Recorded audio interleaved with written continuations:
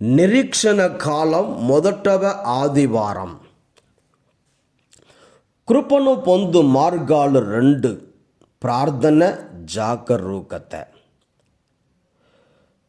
దేవుడు అతి త్వరలో తీసుకురానున్న రక్షణమును యెషయా ప్రవక్త ప్రకటిస్తున్నాడు.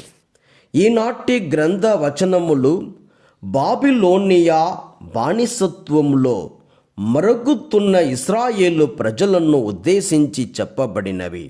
వారికి ఒక్క ఆశ్రయము లేదు, నిలువ నీడ లేదు.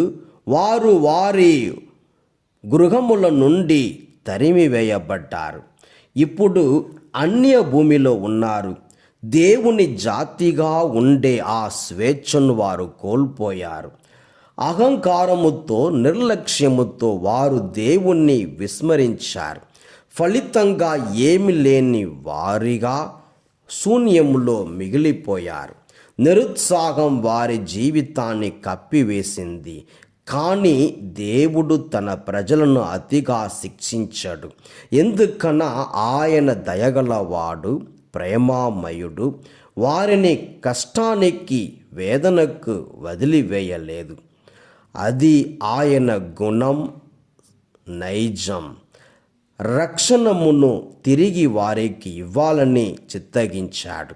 అందుకే తన ప్రవక్త ద్వారా ఆ ఆనంద వర్తమానాన్ని పంపించాడు. వేచి ఉండమని యేసు విన్నవిస్తున్నాడు. సువిశేష పట్టణములో ఈనాటి సువార్త పట్టణములో యేసు ప్రభుని బోధనా తాత్పర్యము అర్థం అవుతుంది. దీని ద్వారా 2 విషయాలను తెలియచేస్తున్నాడు. ఆ రోజు ఖచ్చితంగా వస్తుందని, కేవలం మెలకువ మాత్రమే మనలను కాపాడగలదని, ఆ దినము ఎంత ఊహాతీతంగా ఉంటుందో వర్ణించడానికి 2 ఉదాహరణలు ఇస్తున్నాడు. మొదటవది నోవా వృత్తాంతం.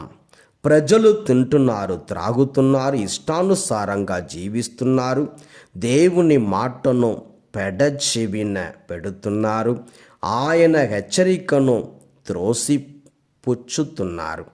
వారి వారి స్వార్థపు లోకములో లీనమై దైవాజ్ఞను విస్మరిస్తున్నారు. కానీ నోవా మరియు తన కుటుంబం ఏ పోకడలకు భిన్నంగా దైవ భయమునకు దగ్గరగా మెలకువతో, జాగరూకతతో ప్రభువు దినమును కనిపెట్టుకొని జీవించారు. ఫలితం సుస్పష్టం.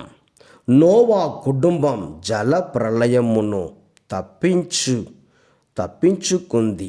మిగిలిన వారందరూ జల సమాధి కావించబడ్డారు. రెండవది 2 పురుషులు, 2 స్త్రీలు, 2 ఒకే పొలంలో ఉన్నారు, ఒకే స్థితిలో ఉన్నారు, ఒకే పనిలో ఉన్నారు. అయితే ఆ కాలం వస్తుంది, ఒకరు ఇక్కడే ఉంటారు, మరొకరు తీసుకొని పోబడతారు. ఆ దినము వచ్చినప్పుడు మనిషిని ఏది వరిస్తుంది? వినాశనమా లేక విమోచనమా? అది ఆ సమయంలో ఆ వ్యక్తి జీవిత విధానాన్ని బట్టి ఉంటుంది. ఆ రోజు అనుకోని రీతిలో, ఊహించని గడియలలో వస్తుంది. సిద్ధపడిన వారు, చిత్తశుద్ధితో జీవించువారు రక్షింపబడతారు. దేవుడు మనల్ని దీవించును గాక. ఆమేన్.